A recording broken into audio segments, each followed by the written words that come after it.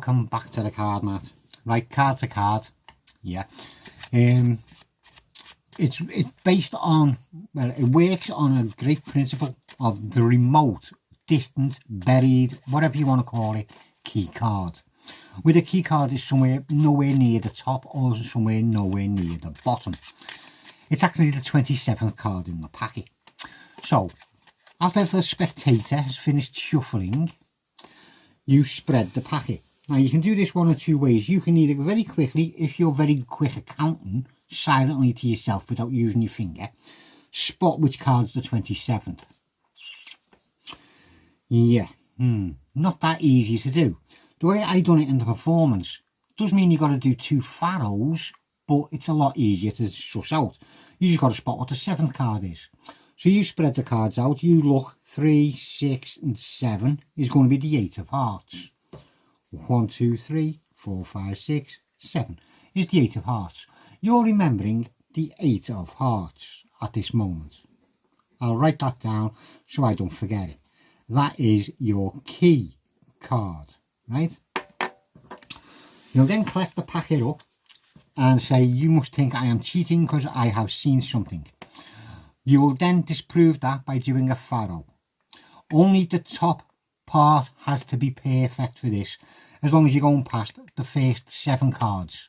Take the top packet to the back and pharaoh this into the front or the bottom half.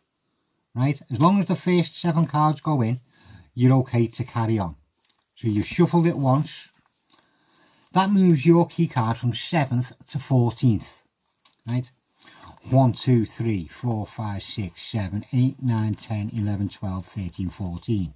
Your 8 of hearts is in 14th. You now do another pharaoh. And this time you've got to make sure you get at least the top 14 cards.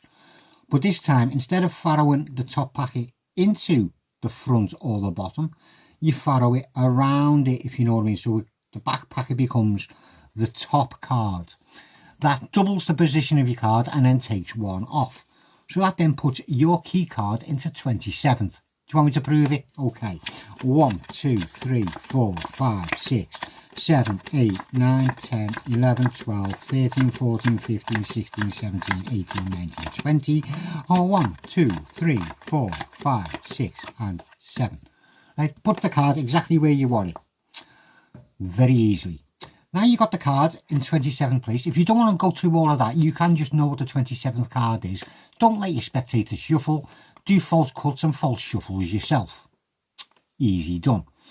Right, once that's all done, you ask your spectator to cut the packet into 3 equalish piles. So they do about 1/3 of the packet, and that's the top. They do about 1/3 of the packet, and that's the middle. And they take the last third, which is the bottom, and put it down there. You then say you could know what the bottom card is, you could know what the top card is, but the middle pile you can have no idea whatsoever. They came from the middle of the packet.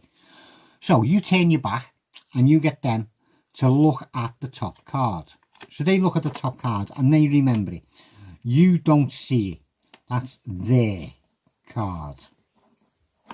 Right? That's your key card, that's their card.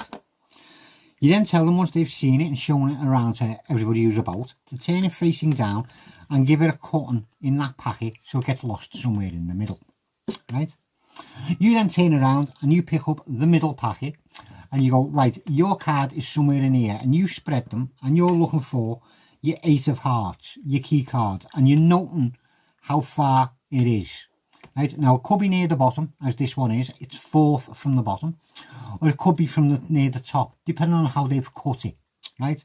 So you just spread through the pack and go, your card is one of these in there, and I've got no idea. And you're just looking for your key card and remembering it's 4th from the bottom.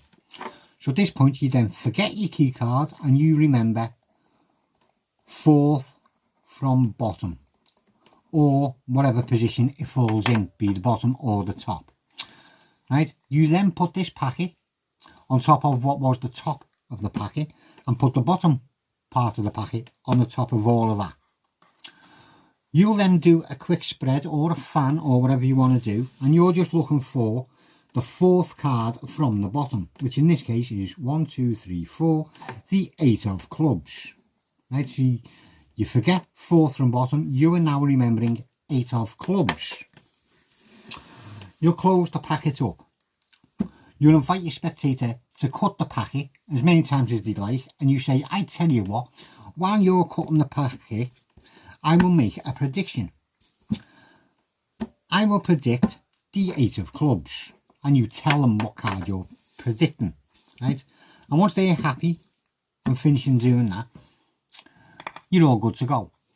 One thing I didn't say, the position of that card, the 8 of clubs, right? Your now predicted card will be, is and will be forever and ever and ever 26 cards away from their selection. It will. I don't know why, some weird math behind it, but it always works, right? It's always 26 cards away. You then split the packet in half, and it's got to be perfectly in half. You can do a Faro check if you want to make sure you got equal packets, or if you want to be absolutely certain, count them, but don't reverse the order. 1, 2, 3, 4, 5, 6, 7, 8, 9, 10, 11, 12, 13, 14, 15, 16, 17, 18, 19, 20. 1, 2, 3, 4, 5, 6. You can tell I've done this before. So you've both got 26 cards, or both packets have got 26 cards in. They are free to choose whichever packet they want. It makes no never mind. So say they take that packet. You've got this packet. You then say you're going to start dealing your cards down facing up. They are to deal their cards facing down. If they see their card in your pile, they are to shout stop. If you see your card, the 8 of clubs, which they know in the pile, you'll say stop, and you'll both stop. They deal face down, you deal face up. So you go through the packet looking for them cards. 8 of clubs, look at that, come right at the top. It can be anywhere in the packet, it can be near the bottom, depending on how the packet was last shuffled. You look at that, we've stopped at my card now. Wouldn't it be uncanny if we actually stopped on your 6 of hearts as well? Or your card, because you don't know it. But it will always be their card. Yeah, and there you go. The remote or distant key card effect. Magician Fooler, most definitely. But I hope you enjoyed that. I hope it made sense. Thank you very much for watching, and I will see you again soon.